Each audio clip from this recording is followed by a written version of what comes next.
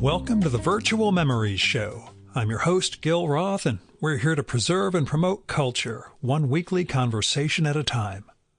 You can subscribe to the Virtual Memories Show through iTunes, Spotify, YouTube, Google Play, and a whole bunch of other venues.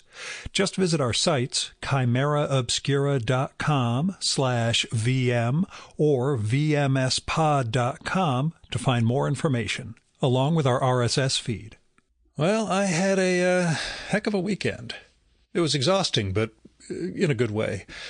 On Saturday, I lit out pretty early to go record some 2025 podcasts in Brooklyn. And in the process, I got to meet a potential new guest who's the spouse of one of the people I recorded with. And she's got a ton of radio experience. And, well, we'll see where that all goes.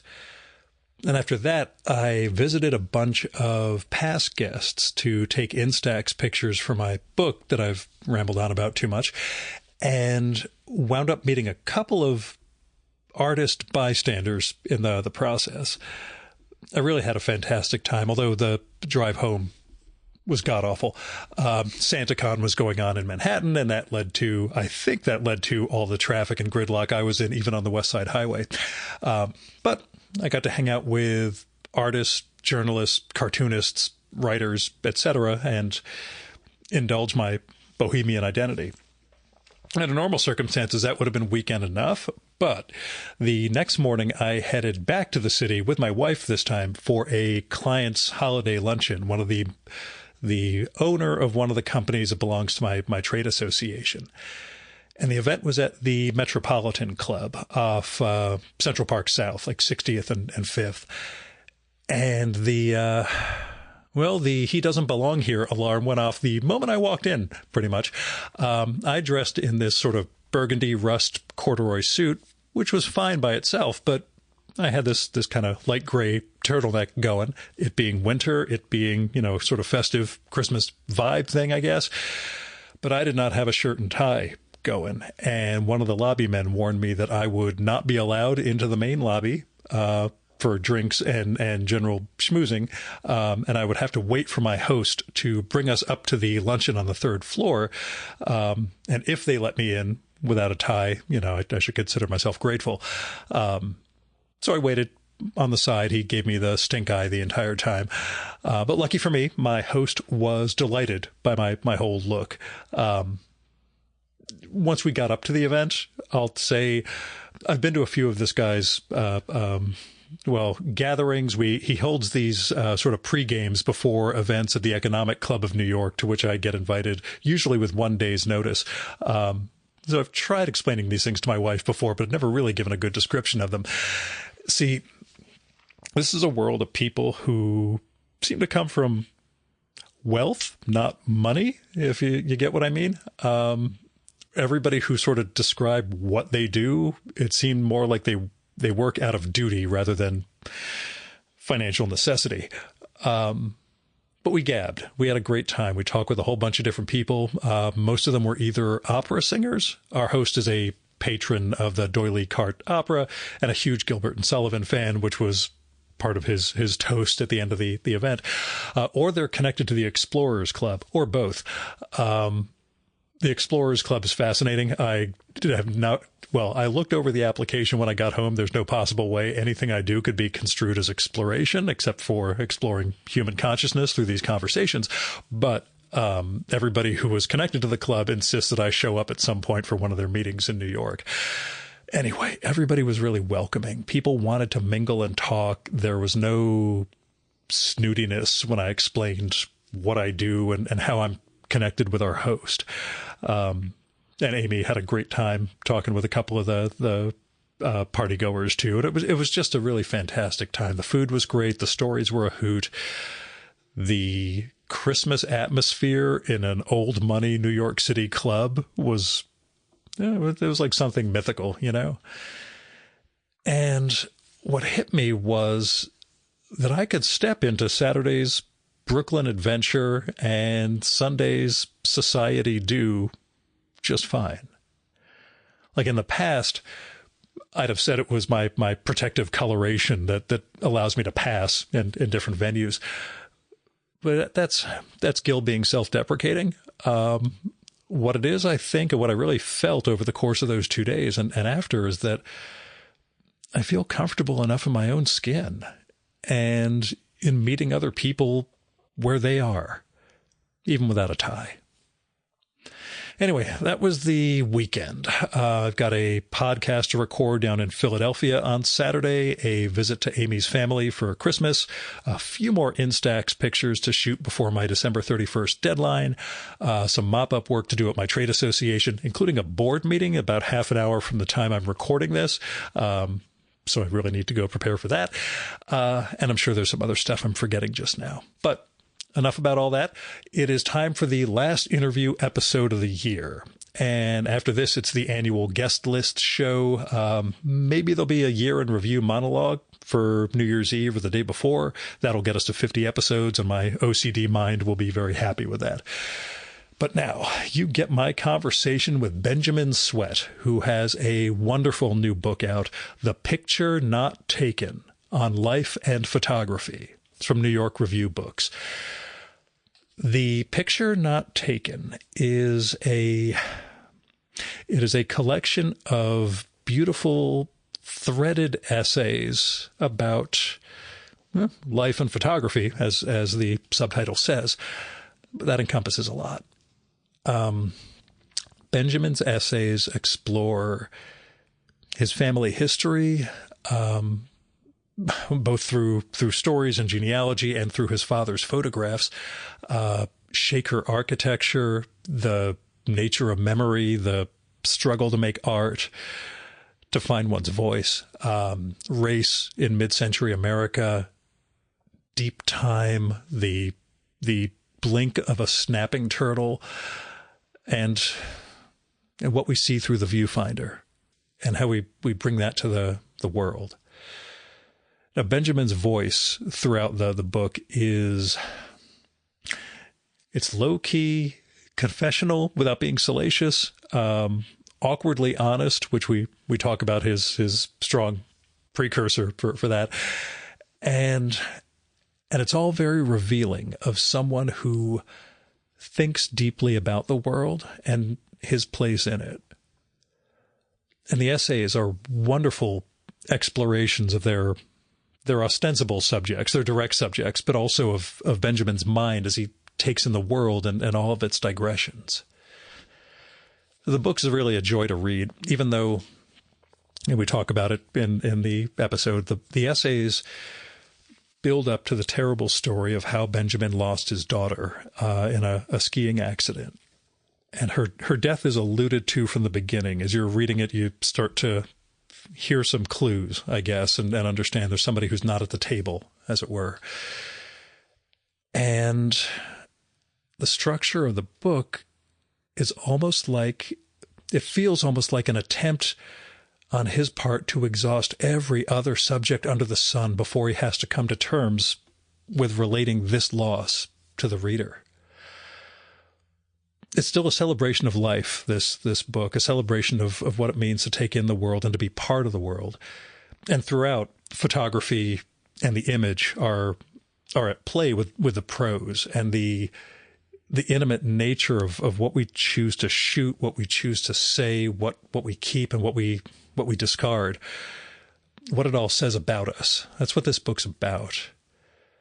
And with his prose and with the images that are there, mostly his photography, but also some of his father's, Benjamin bends the lyric and the personal essay together in pretty intricate ways.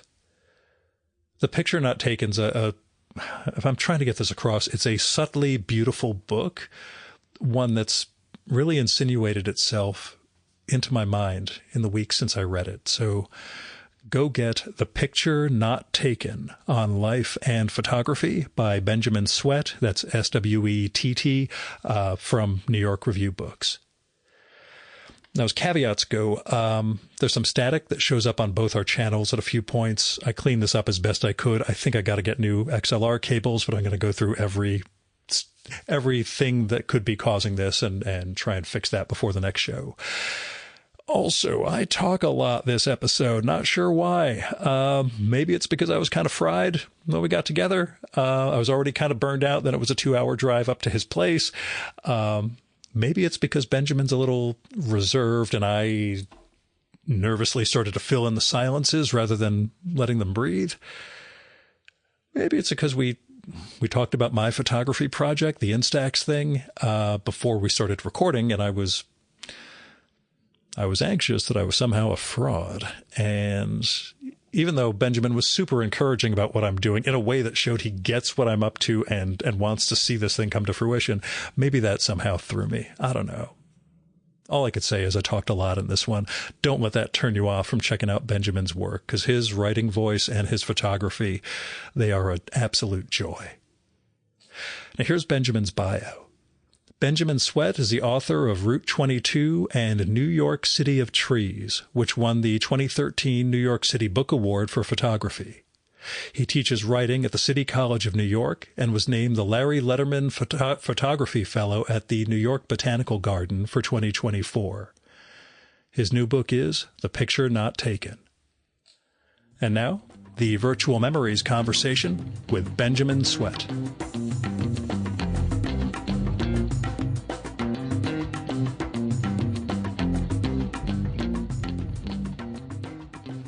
How did The Picture Not Taken come together? I know it's essays, previously published work of yours, but what was the shaping process like? And did you conceive of it in this form when you were working on the pieces? That's a lot of questions in one, sorry. The pieces were written pretty much individually, but they were written out of preoccupations I had during this certain period of time. So they were all written between 2017 and 2022. Mm-hmm. And I was, at that time, particularly excited about the possibilities of the essay and what it could do, and realized that as a form, it was incredibly free, and there were sort of no limits to the kinds of structures you could create. So I found myself excited about creating different kinds of structures in a way. Yeah, who were the essayists you sort of had as we'll say models or heroes? I always fall back on Philip Lopate and the whole art of the personal essay thing, and I don't know what everybody else's lineage is. So. It was actually reading Robert Musil's Man Without Qualities. Yeah? And this idea of essayism, which is a pretty complex concept for him, but that of the idea that you have to approach things from lots of different angles, and maybe there's no final perfect answer to something, but rather you keep trying to get to that perfect answer. Or perhaps, even if there is such an answer, you can never express it, or at least not express it directly. Yeah. So I was sort of interested by this idea of, it sort of made it kind of, created a kind of freedom to think that, well, maybe you were never going to finally express in one sentence everything you wanted to say, but that you could get around it in these different ways. Which you do bring up directly in the unfinished essay, which is finished, but unfinished. There's a line that I wrote down. The point is to question. The point is to sustain the work long enough to bring something to light.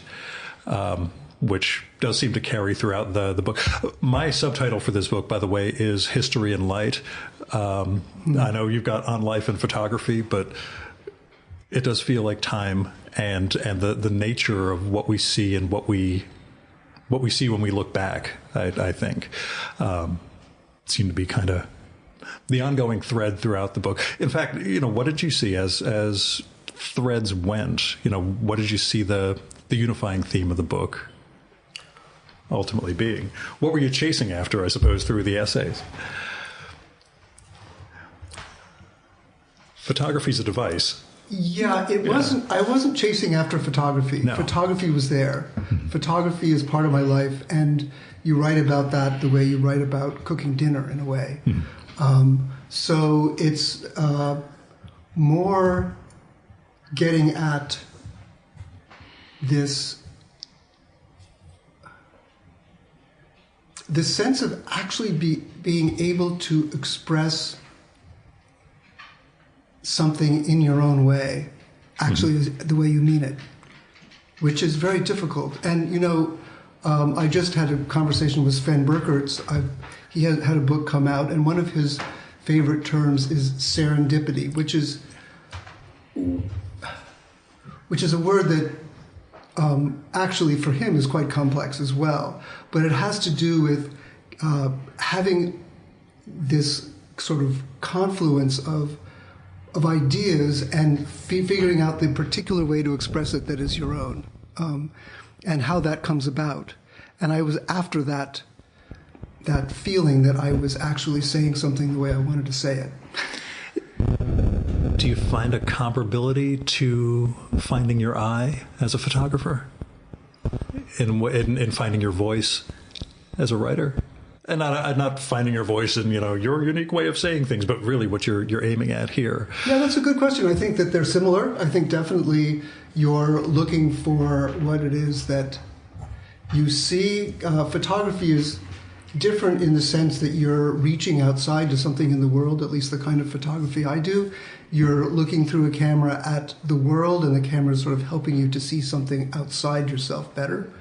With writing, you're dealing with language and the vocabulary you yourself have, and in my case, often with the memories and images in one's mind. So the material is different, but perhaps the approach is the same. That's what I wonder. I'll say not the learning curve, but that sense of, it's something I brought up on the show a million times, although I've fallen behind on it, taking up drawing in my 50s and learning to see the world very differently than I had the previous 50 years, when I actually had to look at a tree and figure out what the hand was going to do, what the paper was going to do, and the tool in between them. It changes everything in terms of how you approach the universe. So, you know, trying to see how it compares in terms of essays and photos. When you have an example like Sven's work, or Sebald, the German writer who is integrating photography into essayistic writing, but you don't know what's real and what's not real, as opposed, it's achieving a very different aim than what you're getting at, I think. I hope. I don't know. Tell me. Well, you know, I would say that you asked about the influences on these essays, and really there were three influences. Yeah. One of them was Sebald, whom I discovered years ago when I was working on my book Route 22, and he helped me realize that you could sort of combine text and photographs in telling a story. And Sebald's ability to follow the caprices of his own mind as a writer have always intrigued me. The way he's, you know, in the Rings of Saturn, you're taking a walk through a part of England, and then you see this old bridge and find out the name is the Silk Road Bridge, and then that connects to the whole China Silk and then to go off and tell that story and have the boldness in the middle of a walk to have this immense digression to China. Yeah. And yet that becomes a major part of the story. And I guess the ability to trust digressions and trust the things that seem like they aren't the main story but actually are, was something that I've always liked from him. Yeah. I thought particularly the title essay of the book, the final one, while these are still largely personal experiences of yours, although some of them digress into family history and then beyond that, felt very Sebaldian to me. So I'm glad it was a conscious influence as opposed to, I didn't realize, you know. No. I was aware that I was playing having with that. A model. Good. When you talk about digression, it's an interesting concept that comes up earlier in the book, where you're writing about your father's photography and the cropping that he does, and the need to hone in on something. And you also write about a poem you were writing about him in the 20s, and the need to order and, you know, put everything into to carve out order from absolute chaos. This will sound super broad and probably more about me than you. Do you feel you were this approach and this sense of digression and this weaving into a larger tapestry kind of is the opposite of how you saw your father's work. Okay, so let me tell you a story. So it is more about me than you. Go on. This may be a longer answer, but when I was 11, we lived in Brooklyn Heights. Yeah. And I went to see one day this movie with my friends called Those Amazing Men and Their Flying Machines. Yeah. And it was, I don't remember anything about the movie except in the beginning, there was this whole series of images, cartoon images of men, it was all men, trying to fly. So they would put wings on their arms and jump off cliffs and fall down, plop, and die. They would, try to fly without anything on their hands and fall down, plop, and die. And there were all these people who tried these different ways of flying and died. And so that night, after seeing this movie, my father worked in Midtown Manhattan. We lived in Brooklyn Heights. We were going to drive upstate. We had a house upstate, actually not far from here when I was a kid. And my father took the subway in to join us and got in the car, and then we drove back across the Brooklyn Bridge to get on the West Side Highway and drive north. We were going across the Brooklyn Bridge, and I guess my father said, what did you do today or something? So I started in on this story about the people and the wings, and they go plop, and then someone else, and I was going on and on about this, and suddenly my father said, hey, try to say it in one sentence.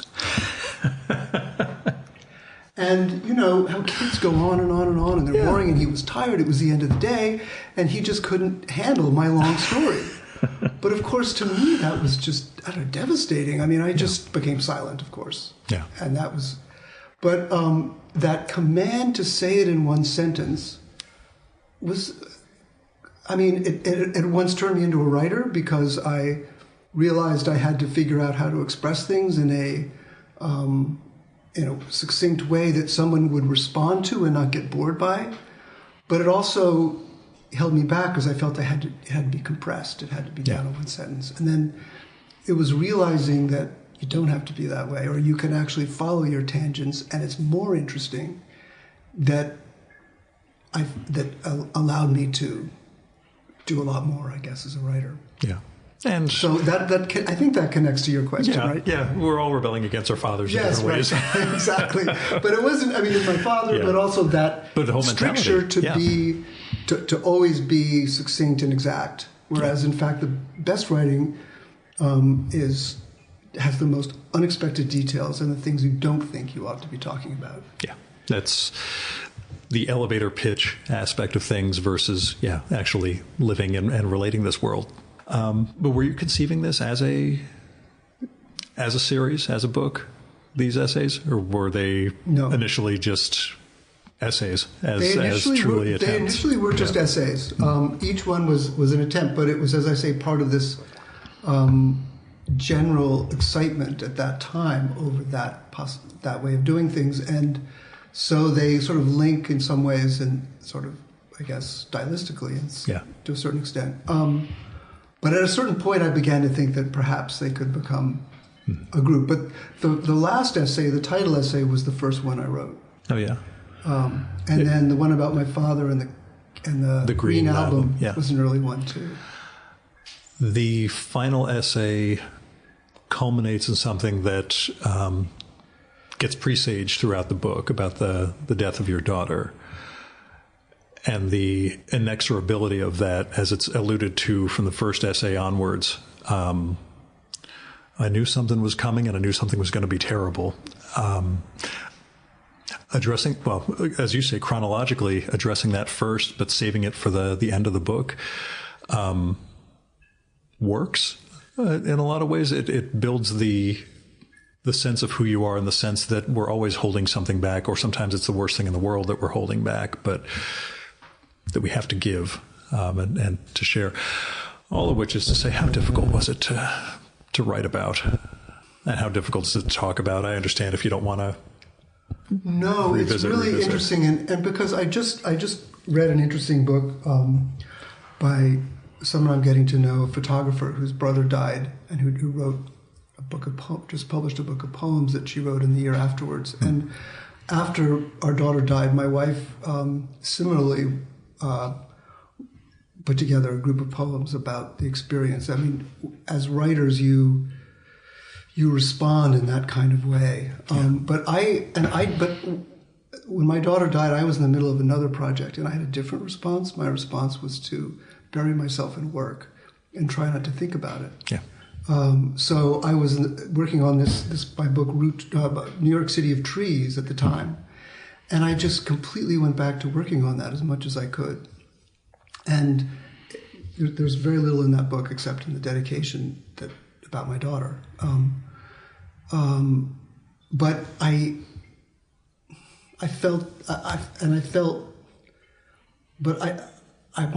did want to write about her. I wanted to acknowledge this terrible thing in my life, because I realized this was something that was not ever going to go away. It was, you can't bury something like that. My life was totally changed by this. The strange thing was that in that particular essay, I was writing about two other subjects. I was writing about this re-immersion with family history in Chicago. And I was writing about this problem for photographers of these pictures that they never take, that sit in their minds.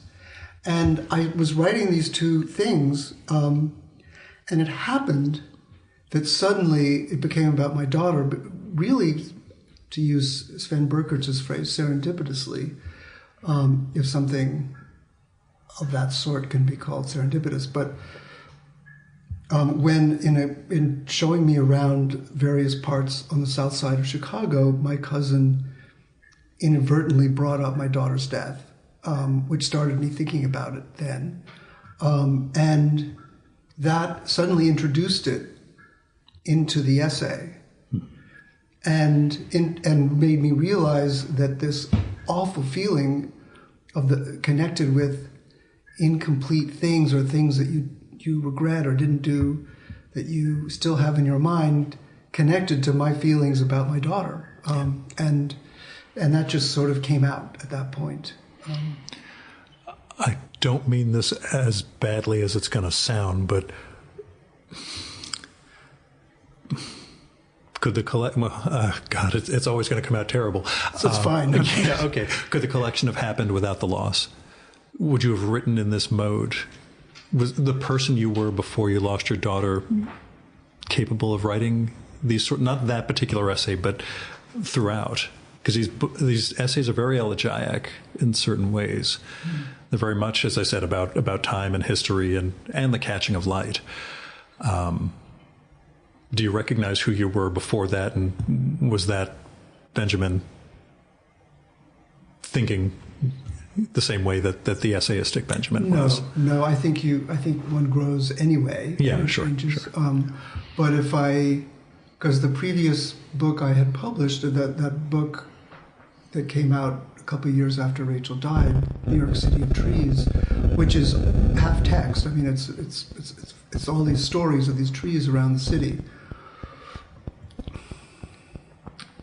Was just not there yet. Didn't have.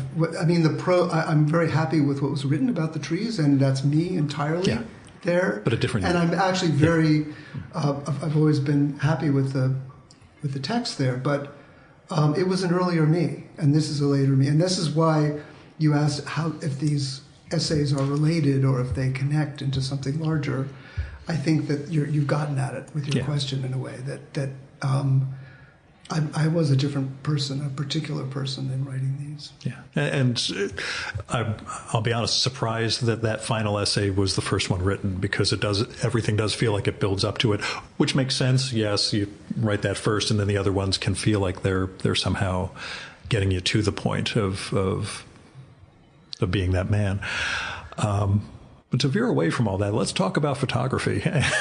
Just I'm sure we'll end up coming back to all this. But your father was a photographer, hands you the Nikon way back when you were young, but what got you staying with photography?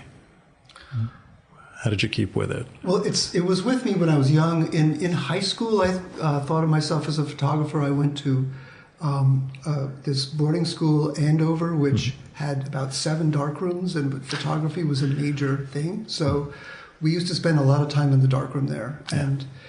And so I took photography very seriously. Then my roommate was also a serious photographer who had he's the photographer John Nordell. He had a darkroom at his house as a kid. Yeah.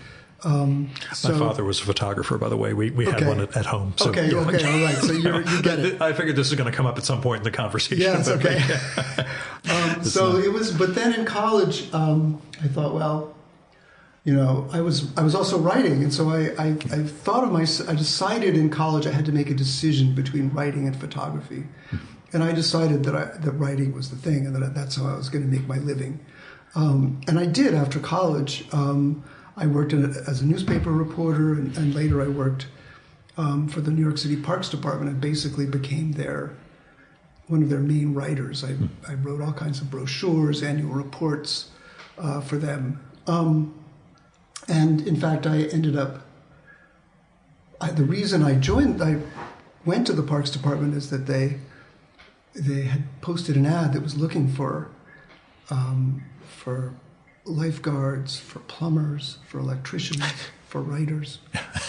And I love the idea that writing was such a trade. Yeah, I'm sure the pay scale diminished for the electricians and plumbers. Yeah, we'll take care of them. But, so anyway, but I always took pictures, and when my kids were small, I was constantly taking pictures of them. But at the Parks Department, actually, I on my own found myself just taking a lot of pictures, and then I was assigned to do a brochure, to write a brochure about New York City's great trees. They had received a grant from the Arthur Ross Foundation of $20,000 to put together this book, or this brochure, and so I was tasked with writing it. But I asked, well, can I take pictures while I'm doing this? And in fact, they didn't have to pay me anything for doing the writing because I was already a Parks Department employee. So they were able to allocate quite a bit to the photography. So I taught myself to be a landscape and tree photographer for this brochure, which turned into a book. And it was published and printed, and I just found I taught myself to photograph trees, and then ended up doing the photography for a lot of different brochures I was working on, and then started getting a lot of freelance work, mostly connected to parks, but also portraits. And this became so regular, the freelance work, and I became so convinced that I was a photographer that I made the completely foolish decision, financially at least, to quit the Parks Department and become a freelance photographer at a certain point. Yeah. That, I had to reteach myself a lot of more kinds of professional things in photography, and so that was useful. But it also allowed me to do these books, which I worked on at that time. I'll ask, before I ask the digital to film, or film to digital transition, shooting differently than your father? Did you have him as a example or negative example, one way or the other? You write a lot about his photographs of both of landmarks and of family. Were you conscious as you were shooting as to, what would Dad think of this shot? Or were you really in the moment and becoming your own, again, finding your own eye, I guess? I only bring it up because your father comes up a bunch of times in the book, and otherwise I wouldn't my father was, focus this much on it. But, I definitely, there's no question that he's been a huge influence on me, both as a writer and a photographer. Sure. Yeah. But I would say that in terms of the content of the photographs, the way I approach photography, I think starting in high school, I educated myself in a lot of different photographers, some of which my father also admired, but some of which I don't know how much he knew. So I'd say aesthetically, I wasn't as connected to perhaps the way he did things after a while. Good. And transitioning from, how was the digital world for you, given that you start out in the film era? Well, do you mind if I get a little technical? Please. So You've got a whole chapter on some of that. Yeah, exactly. Yeah. I loved my film cameras, and I shot my book, Route 22, which is what I also did while I was at the Parks Department, which is a narrative of a series of journeys along this road that connects Manhattan to Montreal. And it gets into the history of the state and also things in my own life. So for that, I shot it with a Nikon FM, which was just a basic black and white film camera, and a Hasselblad. And I bought the Hasselblad while I was doing the tree photography at the Parks Department. And that became sort of my main camera. Your weapon of choice. Yeah. Yeah, exactly. And the wonderful thing about it is that the Hasselblad had this attachment. One of the problems with photographing trees is you have to look up at them. Yeah. And so if you just point your camera up, you get the distortion, the parallax problem. So, but with the Hasselblad, there was a device I could put between the lens and the camera, a perspective control device that allowed me to raise the lens in relation to the film plane and basically look up without leaning, without having that distortion. It's the same effect as in a view camera. So I perfected working with this. It's quite complicated. You have to release various shutters in different order. And that was how I photographed. And I did that earlier tree book. I did my later book, New York City of Trees, with that film camera. And that was how I worked. And the fact was, though, I was scanning negatives and printing them digitally. And I never really ended up setting up a darkroom in my studio because I could print them digitally. And so it seemed like, well, rather than scan the negatives and print them digitally, why aren't I shooting digitally? I could never find a camera that would equal what the Hasselblad could do. What I liked about the Hasselblad was the square format. I liked the size of the negative and the resolution you could get in a scan. And digital cameras didn't have the resolution. They were all they weren't square. Yeah. And they didn't have the wide angle perspective control possibility. But then I discovered this. At a certain point, I discovered this Canon lens, a 17 millimeter perspective control lens. Yeah. Very wide angle, had the perspective control, and Canon came out with a high resolution 35 millimeter type camera. And so I tried it. And what I began doing was actually, and this is what I do to this day, is I take 3 photographs using the perspective control lens, one up, one straight, and one down. And then I stitch them together later on in Lightroom. And the result is an image with huge resolution and exactly what I want in it. Yeah. And it gets even a lot more in the image than I could ever get with the Hasselblad. Right. And it's like a view camera. It's like a view camera image. So that's the technical description of my jump. Yeah, exactly. But it's one of those things where understanding the tools, understanding what your use case was critical to instead of just saying, well, I guess I'll compromise and do this and this digitally. You knew what you needed, I guess.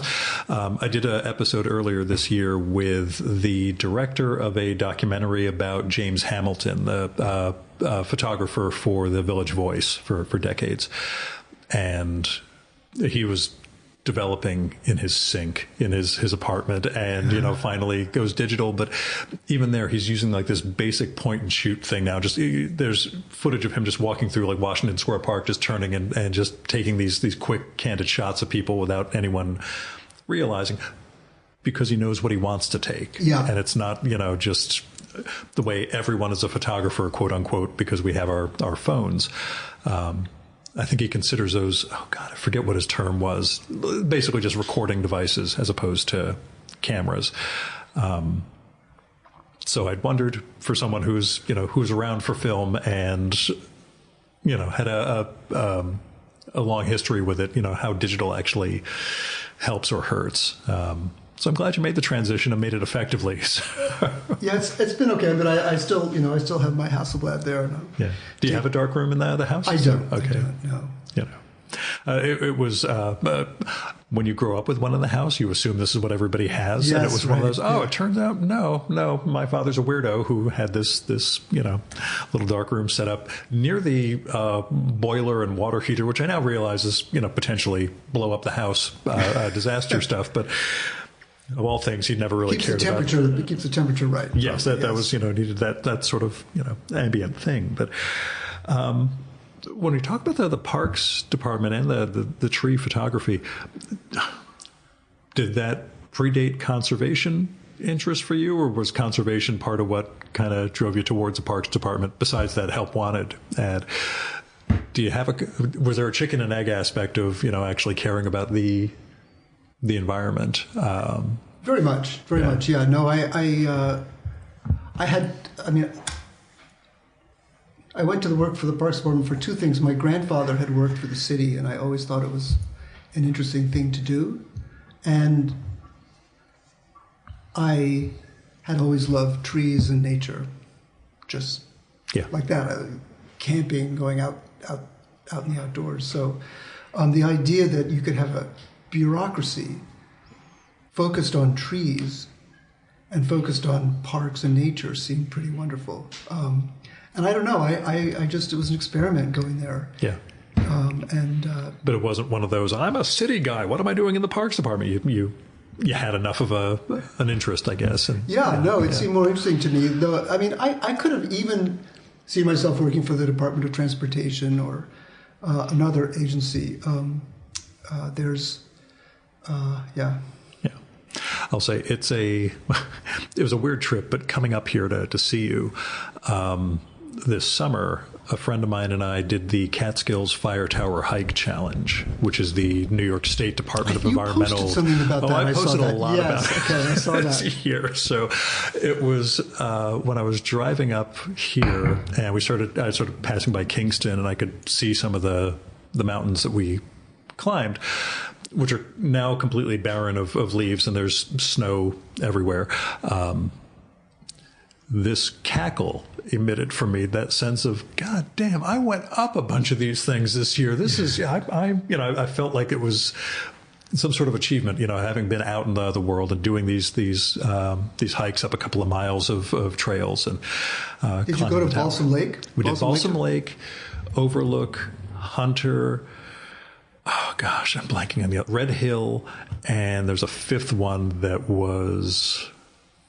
I'm blanking on what it is now. There's 6 total, but only 5 of them are real hikes. The other one is by the Catskill little museum park thing that I'm blanking on the name of. But yeah, it was those 5. We did one a month. We skipped August because it was going to be too hot and ugly. But then we figured out, or we realized that they were going to close the cabs of the fire towers after the Sunday of Columbus Day weekend.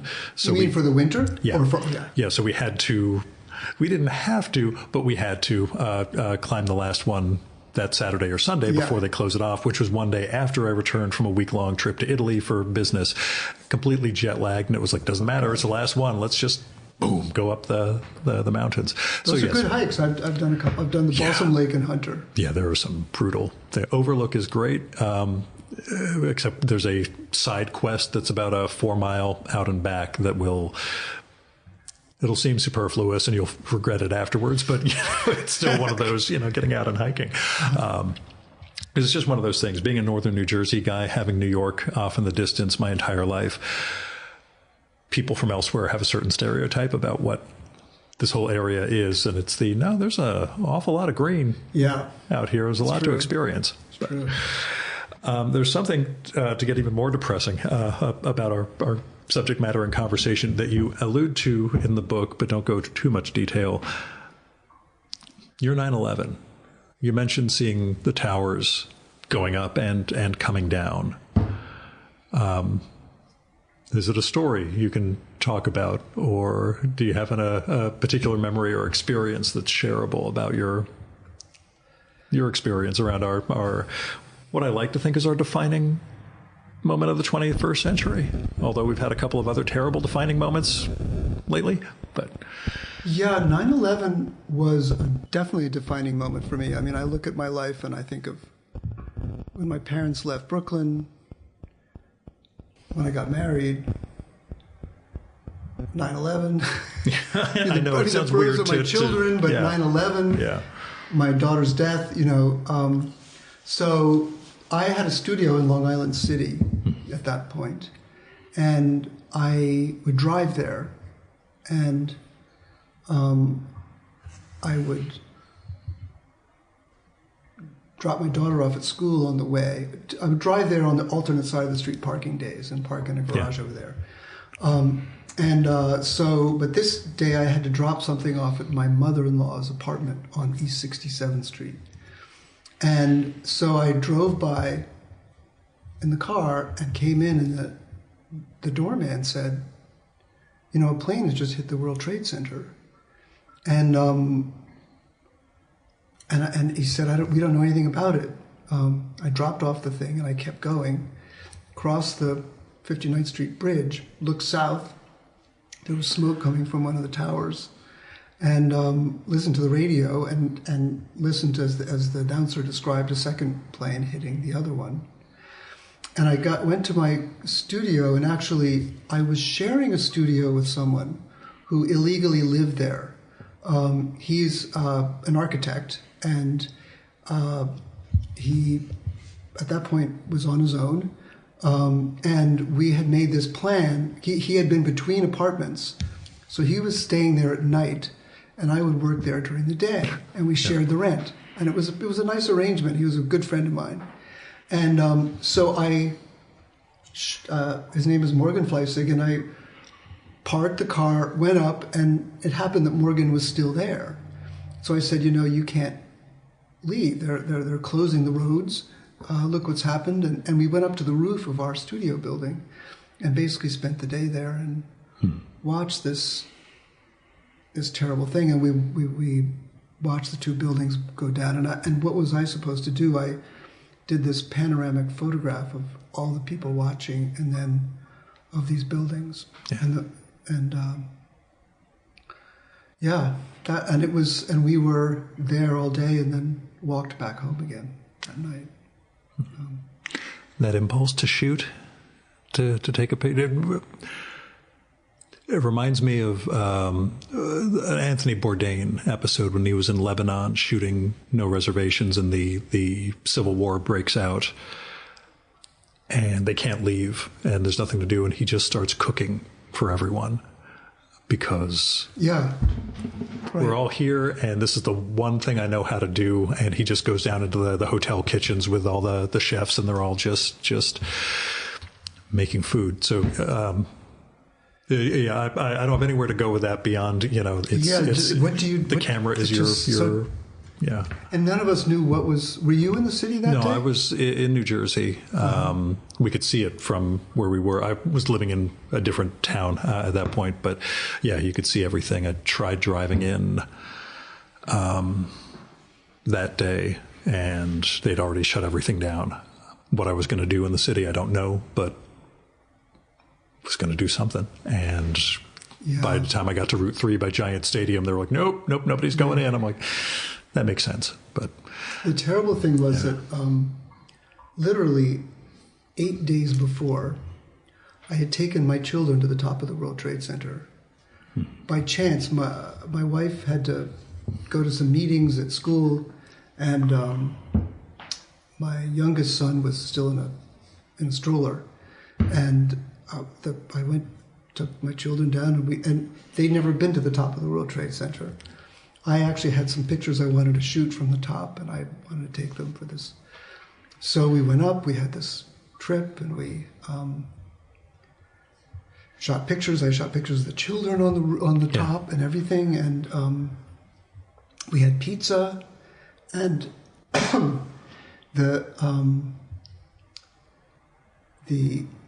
I had too much loaded on the back of my son's stroller. He was sitting in it while we were eating pizza, and the stroller fell over, and he hit his head on the floor. Oof. And he had this thing he did that children do, where he would hold his breath. He would cry. He would, like, something would be so scary, he'd hold his breath and knock himself out for a second.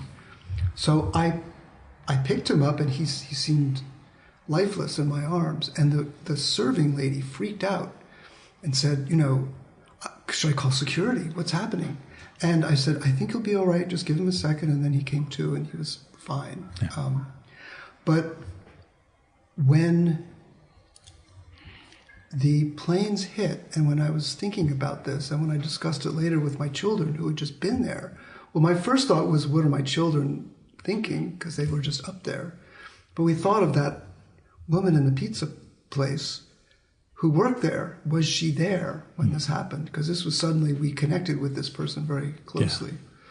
Yeah. And, who knows? Does sound like another essay. I'm just saying. Yeah. Not that I'm trying to push you back into publishing more. Well, there's something, that's just something so... The thread of it is in this book. The thread is there, and that's why I'd wondered. I felt like there was something significant just from like one sentence in your writing, which I'll say your writing does very, very well, by the way, just in general, the sense of the tapestry, I guess, the sense of those details and the things that there is a story here, but we're not going to get to that story. We have other stories to share.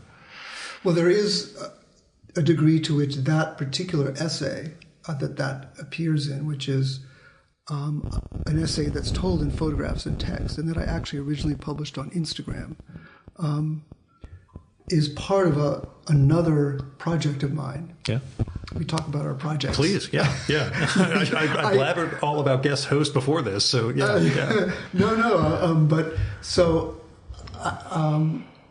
this is something that I've wanted to put together and done parts of for years. Is something called the Diary of Lost Things, which is literally an autobiography told in pictures and text, going through these sort of significant moments in my life. And I have this feeling that when you combine photographs and text, for me at least, it has to be autobiographical. Because if I'm taking the pictures, or in this case, my father and I are taking the pictures, and I'm writing about it, it somehow has to relate to me in some way. It can't be, it's very hard to write a fictional piece with photographs that you took. I mean, you can, but I haven't figured out how to do it comfortably, I guess. Yeah. So this would be a way of looking at somebody, looking at me, an autobiography not with pictures of me, but with pictures of everything I saw. Pictures of, it's sort of like a negative biography because it's not pictures of the person, it's pictures of what the person saw through their life and then what that meant. You better not be stealing my ideas. I'm just kidding. My particularly narrow focus version of this, I think we're going to have stuff to share. This is why I was so excited by when you described your project, because I feel like I kind of get what you're after. And as we've talked about, and we may as well prattle on about it here, because it's going to, once I stop collecting images and start writing, it'll be a different project, I guess. My life is largely defined by doing this. The rest of it is me sitting at my desk, reading legislative language and trying to figure out congressional power dynamics and FDA contact people, et cetera, for, that part of my life. But everything else is this show and the things that come along with it, the newsletter and some of the extracurricular reading that I do. And trying to tell the story of that over the course of a year through the guests without actually showing the guests was apparently art. That when I mentioned it to an art critic who said, yeah, no, I get exactly what you're doing. This is a big art project. I'm like, oh, okay, this is actually art. I thought it was just Gil doing a weird trip. Felt figuring out what shape the writing is going to take is interesting. And I think so. Sorry, go on. Yeah. No, it's a really interesting idea, and you actually have great freedom to write whatever you want. See, that's the problem. Too much freedom. That kills me. That's why I put all these rules and constraints on the photography. I didn't want it to just be things Gil sees over the course of a year, but tied it specifically to podcast and visiting past guests, because otherwise scope creep would keep me from ever completing anything. And you've got a great essay on unfinished projects in this book. In my case, it would be an unstarted one. At that point, I would end up just taking things and not knowing how to organize. And in this case, I'm like, it's going to run chronologically. I know when everything was taken, and these are the things. These are the rules for how a picture ends up in there. I think you need that to finish any project, to have a sense of what the rules are and what, because to a certain extent, I mean, it's not exactly filling in the blanks, but you need to know having a structure. Having a structure helps a lot. Yeah, even if it's Did you see that in this book, in your book, in the picture not taken? How much of the structure? Well, actually, that's a good question, because the way I actually wrote these essays and the way I actually work is a little less structured in that I like to, as you know, as I was talking about before, go off on tangents and digress a bit. And usually the digression leads back into where I want to be. So I tried to go with that to a certain extent as well. Did you revise any from the initial publication to the book? Most of them had a little bit of... I figured nothing extensive, but just ways of, as I mentioned, some of the threads, perhaps. You can highlight a little here because an essay from now, it's going to refer to... Well, for example, the unfinished essay had not been published. And so I insisted that my wonderful editor, Edwin Frank, read it. And he didn't have a lot of suggestions, but he did have one couple of suggestions towards the end that were very helpful. And I had revised that. All the essays have been revised quite a lot of times. I mean, I'm a very slow writer, and I tend to write in chunks. And often I'll have the beginning of something, and then 3 or 4 years later I'll write the next part. Or I'll be mulling it over and just finally figure out how to make that transition to another part. So that was the case with a couple of these, like the unfinished one. I'd written the first part, and then it took me a while to figure out how to continue it. I would say there was not a whole lot of serious revision that went into the essays for this book, but the essays themselves partook of a lot of revision. Yeah. When you mentioned taking 3 or 4 years to finish some of them, luckily you have a day job, right? You're teaching... I teach writing at City College. City College, that's right. Yeah. Can you talk about it a little in terms of what teaching is like, when you felt qualified to actually teach writing to people, and how it's changed? There's another aspect to all of this, which is that, and this connects to that excitement I felt starting in 2017, which is that I had gone back to get my MFA in creative writing at City College, which is something I started in 1988. When I first started working for the Parks Department, I went to night classes at City College and to get a creative writing degree. And I actually, by 1992, had taken all the courses and even submitted a thesis, which was a pretty bad novel. And I was all set to finish, but there was this one course that,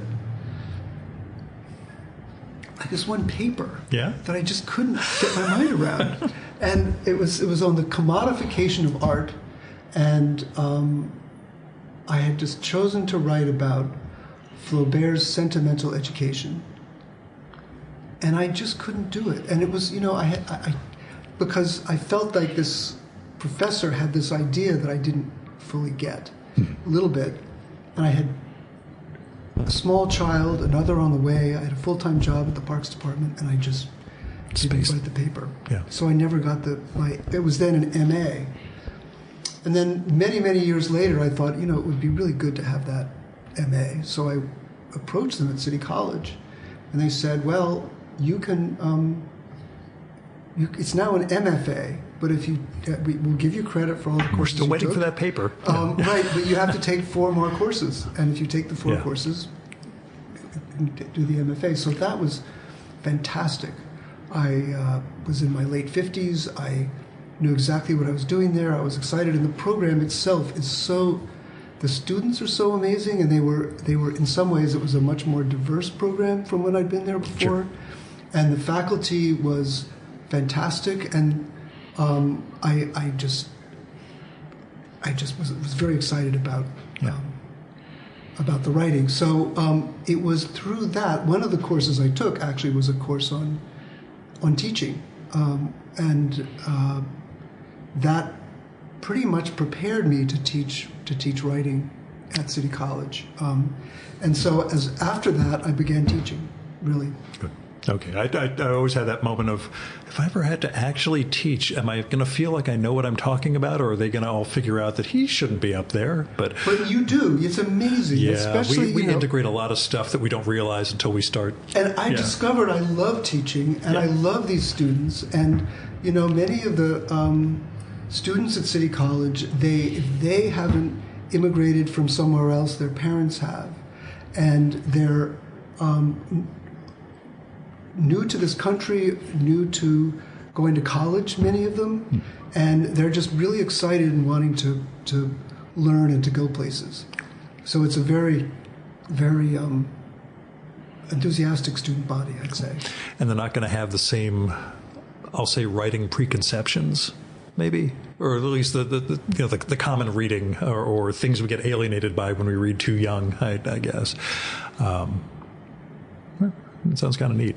The other question I've been wondering about within the relation of the book, we did talk about your daughter. Your wife shows up and is sometimes addressed in the second person during the book. Your kids, too. How does your family feel about existing in the confines of the page? Were they okay with being written about? Was it something you had to work on with them? The one I was most concerned about in this one was my father, because he's written about so extensively. Before I published the title essay, I sent it to him, and he was quite positive about it. And then was there another essay? Oh, and the title essay, but also the one that was in Salmagundi. It was really the essay about Baltimore, and that I was concerned about. And that really, you really assess the shape of his life and the regrets that he may have had, and that's. I found it very moving and affecting, but same thing. I was wondering, is his father gone, or did he have to kind of make sure his dad didn't read this? So my father's very much with us, and he's read everything. He's read this whole book, and he's been very supportive. And in that case, I was really amazed and happy, because he said, some of those things I wrote were racist. I see how that came about. I see that was from my experience.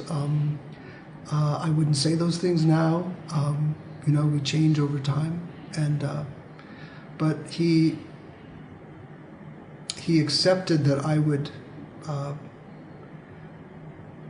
see that, and I think I made it pretty clear. You were fair about it, certainly. You show, you say it pretty explicitly that this is things you wouldn't say, today, but in those captions, this is.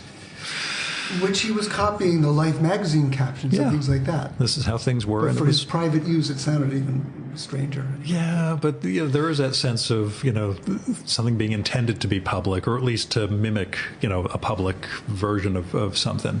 Yeah. And in terms of the rest of my family, I showed all the essays to. I think the first essay is a lot about my sons, and so I showed that to them. And actually, there are a couple of things that each of them said that they said, well, could you say this a little different? I really wouldn't have said it that way. I would have said it this way. I said, great, I have no problem with that. And so they were very involved in putting that together as was, I mean, at least in reading it and knowing what was going on. Yeah. As was Catherine. And Catherine is, and Catherine's very supportive. Yeah. And I thought it was an interesting device, addressing some of them to her without making it super explicit early on, but, that there's a you and not just an I. Yeah, well, why not?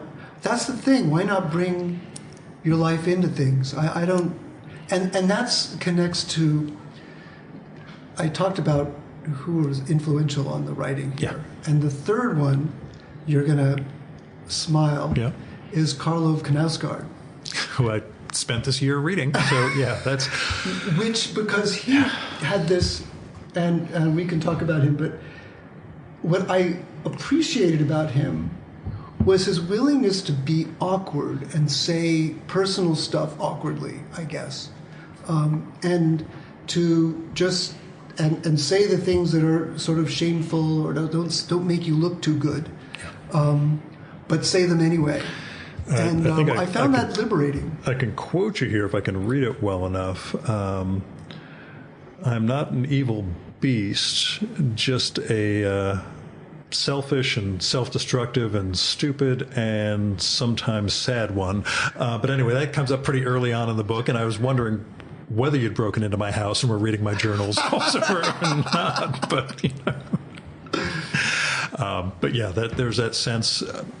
What I've talked about on the show, especially the first two books of my struggle, I liken it to what, I think it was Art Spiegelman who said it, may have been someone else, when he was describing the comic strip Nancy.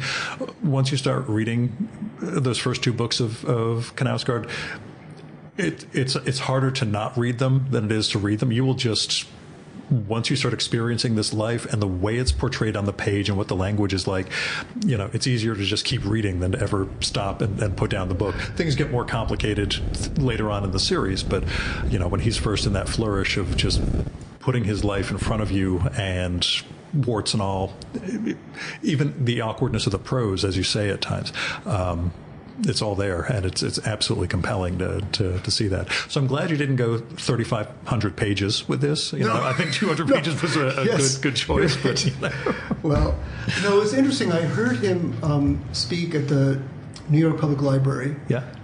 He was interviewed there, and he talked about how he had found, and this relates to my puzzlement about his most recent work, but he had found that by writing about reality and following the actual time frame and thinking frame of what's happening really in the world to someone, you get a different rhythm for writing and for a book that to him felt more authentic than what he at that time said were the artificial structures of fiction. And what interests me is that now he's writing fiction. I will say, as a caveat or not a calling bullshit, but the meta aspects of my struggle, I think it's book 4 that starts with, it might be 4 or 5. It's about the 11 or 13 years he spends in Bergen. And he says near the beginning of the book, there are no records. All my journals from that time are gone. Everything is been destroyed, the letters, blah, blah, blah.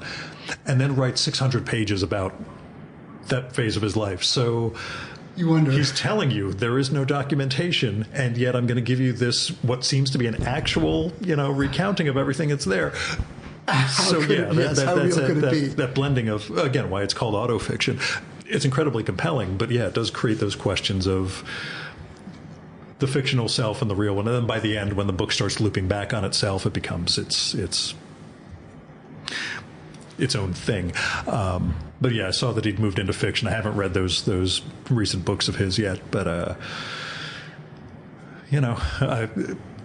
I figure writing fiction probably keeps him out of legal trouble compared to writing about actual people in his life, which became part of the scandal of publishing what he published as opposed to writing what he wrote.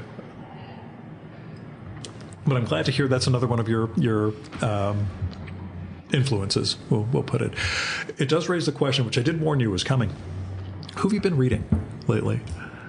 Well, I tend to read a lot of different books. So right now, I'm reading Olga Tokarsuk's new book. I've never heard it pronounced, so I'm going to say that's the... I don't know if that's the way you pronounce her name. Yeah. I've only seen it written on the covers of her books. But this most recent one is a remake, not a remake, but it's her, in a way, response to or connects to Thomas Mann's Magic Mountain. Yeah. And I realized that I started this and realized, of course, I've never read The Magic Mountain. 120 pages back in college. I know I should have read more of it, and I never did. Well, I did something similar, Yeah. exactly at about the same age. So one of my resolutions is to re-tackle it and try it again.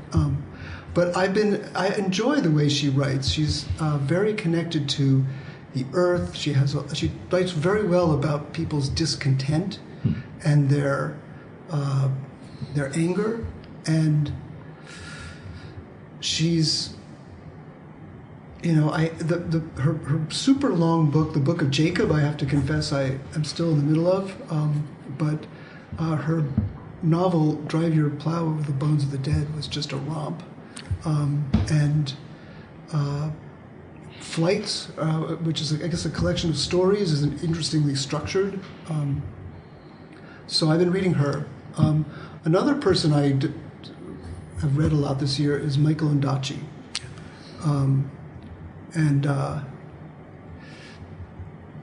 And he's someone, just so many people had mentioned him and recommended him that I found myself, I picked up a book we had called Warlight that we'd bought and I'd never read. Warlight, he's just a really good storyteller. He just involves you right away in the lives of these people, and you just can't have to keep going. Mm-hmm. And it just grabs you by the collar and says, "Follow me," and you follow him into these really fascinating and beautiful stories. So, I after Warlight, I read The English Patient, which I loved. And then after that, I read what I think maybe is my favorite book of his, which is Anil's Ghost, which took place in Sri Lanka. And he's originally from Sri Lanka. Yeah. And there's just a connection to the landscape there that is extraordinary. And then I'm jumping around here. I just literally arrived a couple nights ago a book of poems by the photographer Rebecca Norris Webb. Don't know her.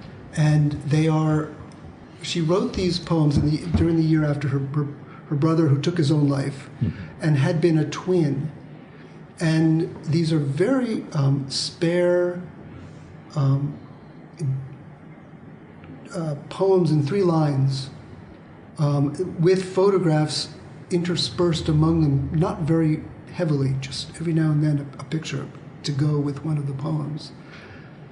And it's just so beautiful and moving the way she mentions her brother, not much, but every now and then gives some little bit of information about his life or about his death, about the fact that he died and when he died, and then the rest is her just describing where she is at that moment and what's going on around her. And it somehow manages, especially because along with the description of where she is, are these photographs that she took in those places. And it's an interesting also way of combining text and photographs, I thought, that she put together, which the spare photograph, more text, and each poem has an epigraph too from someone else, for whatever reason, so that connects to it as well. When we talk about that again, writing and integrating text and image, you mentioned working on the Diary of Lost Things through Instagram-ish. Can you talk about writing in that? Does writing in that form and for that platform differ? Are there constraints or changes from how you write otherwise? I'm really glad you asked that question because I actually find it quite fun. And it's sort of like if you are going to write something serious to go with a photograph, you don't have to get to the full extent of the limit that you're allowed, which is 2,200 characters, including spaces. You can have something shorter. But if you're going to go to that limit, you have to stay within that limit. And it's like a poem, it's like anything that you write in a form. You have to figure out how to stay within that space. And sort of the rhythm of whatever you write fits in within that space. So I enjoy that quite a bit.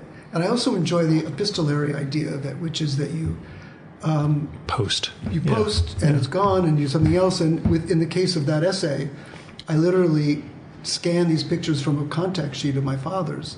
And every day I posted one, and every day I wrote something to go with it. And I posted them in the order they'd appeared on the contact sheet. And I wrote the text each day to go with it. And I didn't even realize thoroughly where it was going until I got to that last picture. I mean, I knew all the things going on in that last picture. And I knew that it was heading there actually because that was the last picture on the contact sheet. But doing it on Instagram gave it a kind of a lightness and freedom that I liked. Yeah. As I wonder, we have same thing, I guess, about using those things as tools. You know, where it's not where they give us rules and parameters, just like with the camera, you've got, it's got to be a certain the lens and the perspective adjustment and things like that.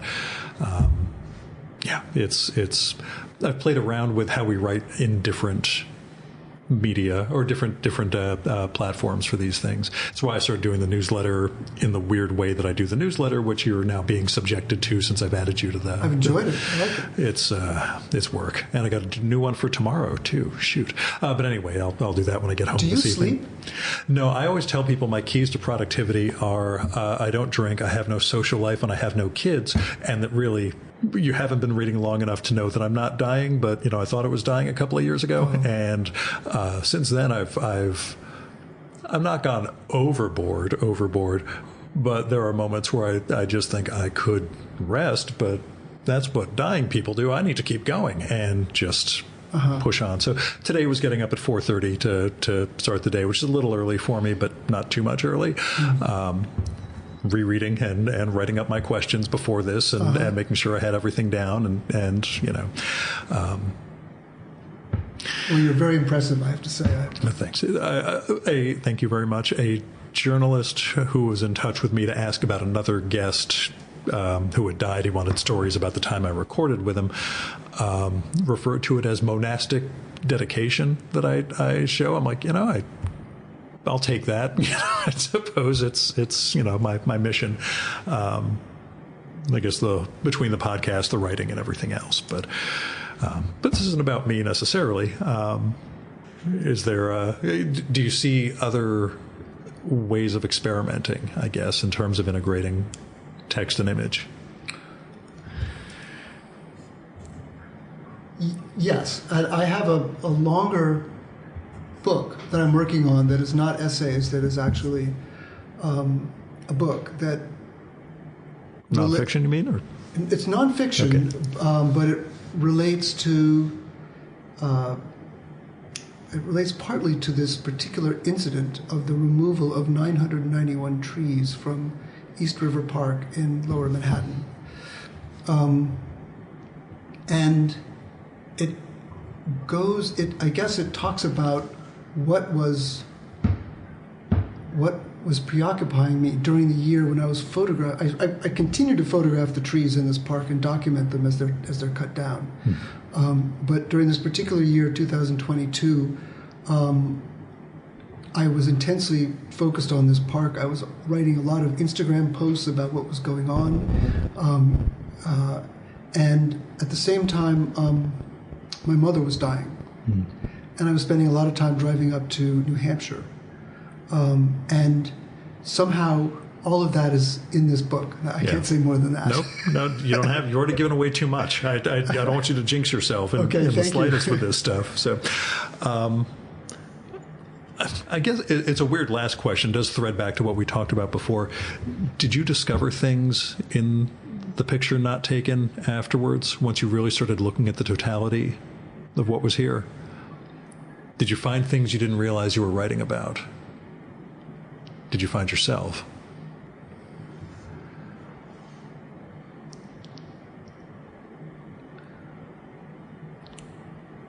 Yes, when I went back through it, and I needed to go back through it because I was preparing for a number of events connected to the book, I found myself basically feeling that in some places I had actually expressed things the way I would like to have expressed them. And there were other places I might have changed a little bit here and there, but you know, but I was so, and I think I found the self I was when I wrote the essays. Yeah. But I also realized that there was more, or that there were other ways of approaching things that I'd like to try again next time. So, it really, having finished this book, I'm just very excited about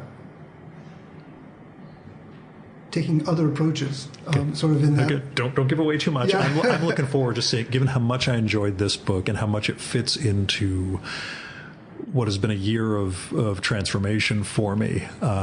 You may actually be the last guest episode of the year, and that's kind of fitting given the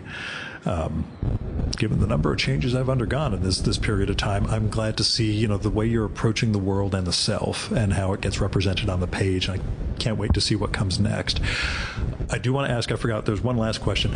In the unfinished essay, you mentioned going to Spain at Madrid at the age of 24 and working on a poem about your father that you never finished, and that your reason to going to Spain was because you knew that William Gaddis had written the Recognitions there.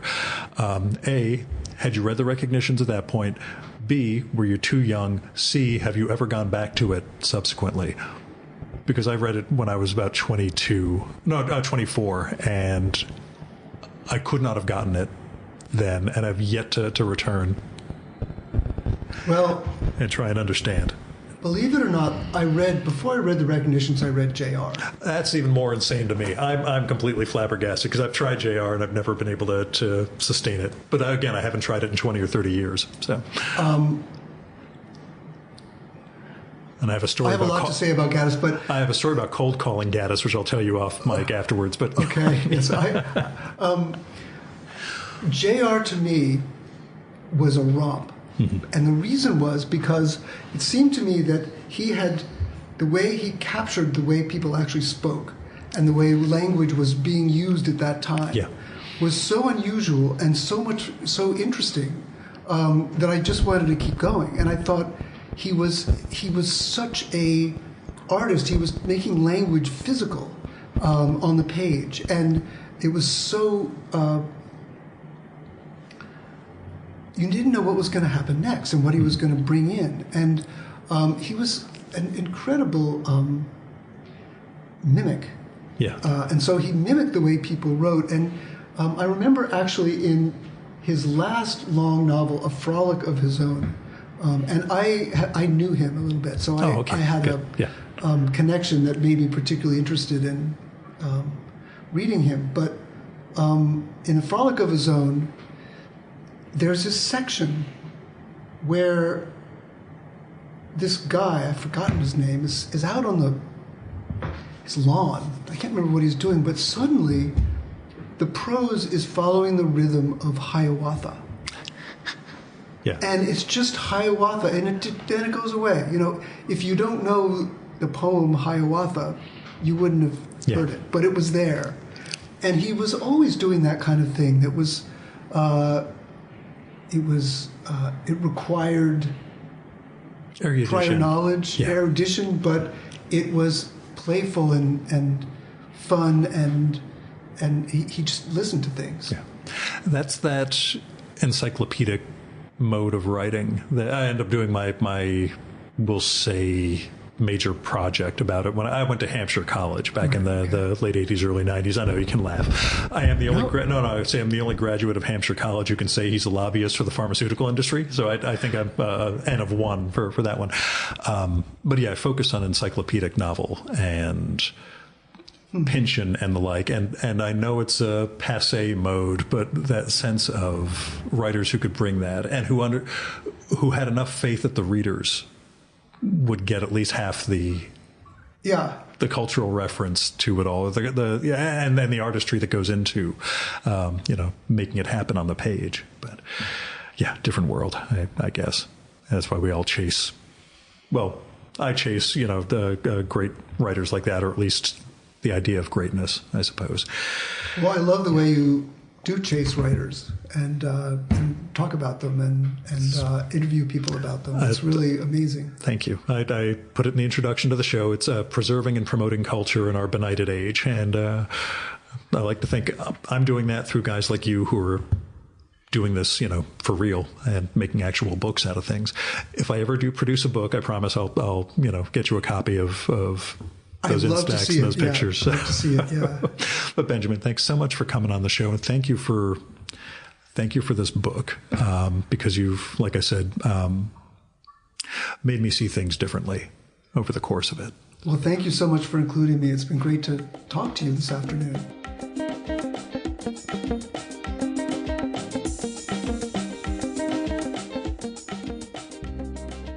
And that was Benjamin Swett. Go get his new book, The Picture Not Taken, on life and photography. It really is full of subtle pleasures. If you listen to this show, you probably dig a bunch of the inspirations and influences he mentioned: Musil, Knausgaard, and Sebald.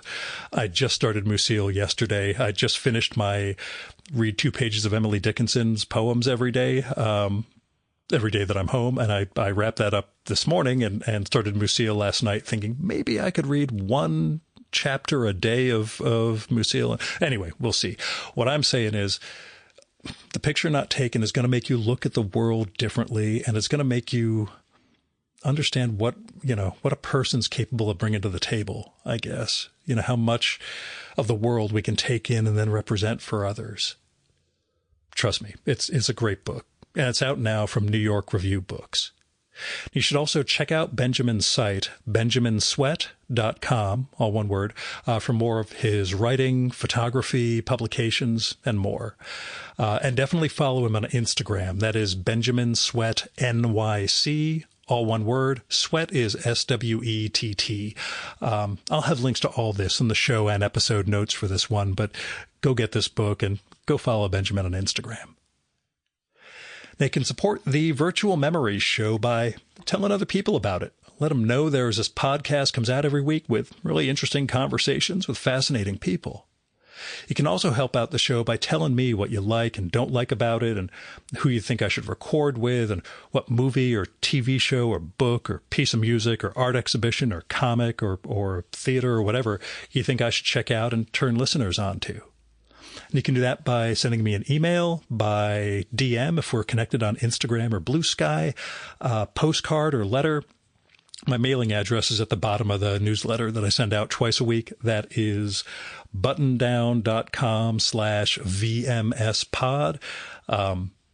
If you subscribe to that, which you should, so you can get more of the Gil Roth experience, you'll find my mailing address. You can write me that way. Or use my Google Voice number. That's 973-869-9659. That goes directly to voicemail, so you don't have to worry about getting stuck in an awkward conversation with me. And messages can be up to 3 minutes long. So you go longer than that, just call back, leave another message. And let me know if it'd be okay to include your message in an upcoming episode of the show.